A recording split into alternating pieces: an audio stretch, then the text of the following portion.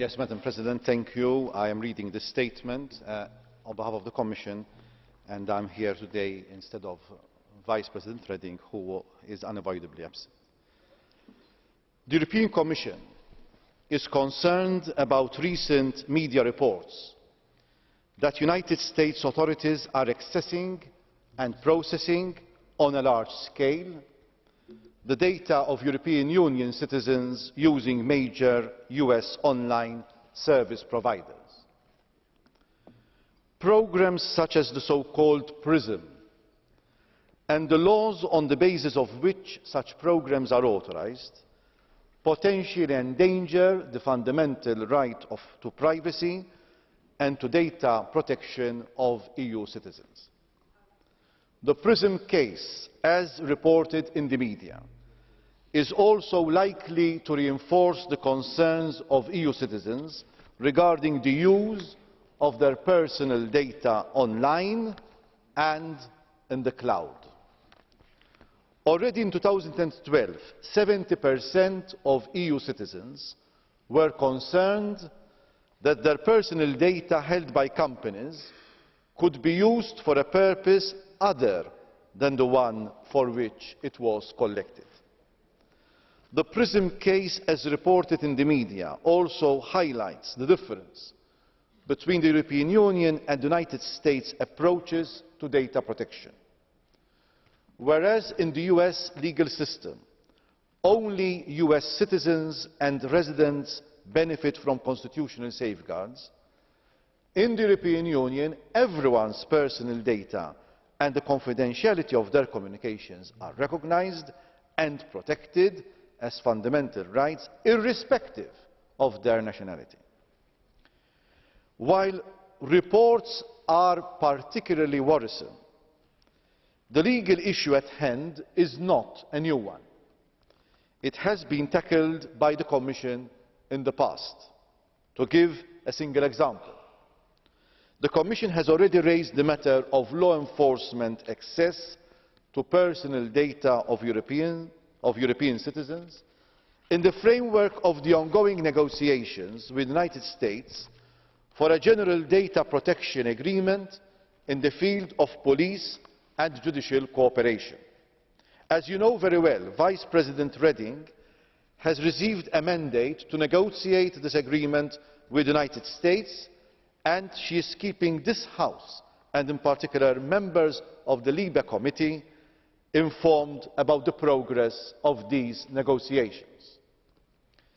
The Commission is asking for clear commitments from the United States as to the respect of the fundamental right of EU citizens to data protection and as to access to judicial redress in the same way as it is afforded to United States residents. As far as the PRISM programme is concerned, the Commission will raise this matter with United States authorities at the earliest possible opportunity. It will request clarifications as to whether access to personal data within the framework of the PRISM programme is limited to individual cases and based on concrete suspicions, or if it allows bulk transfers of data. Vice President Reding will raise this issue with force and determination at the upcoming EU-US Ministerial on Friday in Dublin. Beyond contacts with the United States, the European Union can also act by making sure that it equips itself with robust legislation able to confront such situations, and I refer in particular to data protection. Under the current EU legislation, the 1995 Data Protection Directive, when the rights of a EU citizen in a member state are concerned, it is for the national judge to determine whether the data can be lawfully transmitted in accordance with legal requirements, be they national, European or international. The Commission believes that these concerns need to be further addressed, This is the aim of the proposed General Data Protection Regulation. The reform proposed by Vice President Reding maintains the current high level of data protection in the EU by updating citizens' rights, guaranteeing they know when their privacy has been violated, and making sure that when their consent is required, the consent is real. More specifically, the EU data protection reform should ensure that the European Union is able to tackle situations such as the PRISM programme through its data protection rules with a clear provision on territorial scope. Non-European companies, when offering goods and services to European consumers, will have to apply the EU data protection law in full, a broad definition of personal data, clear responsibilities for processors, and strong rules for international transfers. Recital 90 of the proposed General Protection Regulation reflects our view that in order to avoid conflicts of jurisdiction, access by third country law enforcement authorities to the personal data of EU citizens held on the servers of US companies should be done via established legal channels such as the EU-US Mutual Legal Assistance Agreements. The European Parliament has submitted amendments to further clarify in the provisions of the regulation the conditions under which the judgment of a court or a tribunal of a third country is enforceable under EU law. The Commission will look at these proposals. Honourable Members, Madam President, the Commission believes that the quick adoption of this proposal would resolve any legal loopholes created when companies collect and handle personal data of European citizens and face two different sovereigns. The Commission therefore counts on this Parliament to support the objectives and principles of the EU data protection reform and work on a swift adoption of the package. I will give the floor to Commissioner Borg for his concluding remarks. Thank you very much, Madam President. And the Commission, I must say, shares the European Parliament's concerns on this PRISM scandal, and I shall inform Vice President Reding of our discussion today. I must also state that Mrs Reding will address the LIBE Committee on the 19th of June, which means that she will not only discuss and refer with the LIBE Committee on the developments which will take place until that day, but will also refer to the Committee on her negotiations and her meetings in Dublin next Friday. In fact, she will raise our shared concerns at the ministerial meeting next Friday in Dublin, and will also request clarifications from United States Attorney General Holder. This was a good debate, Madam President, even though short. And of course, there were two trends of thought which are not contradictory to each other.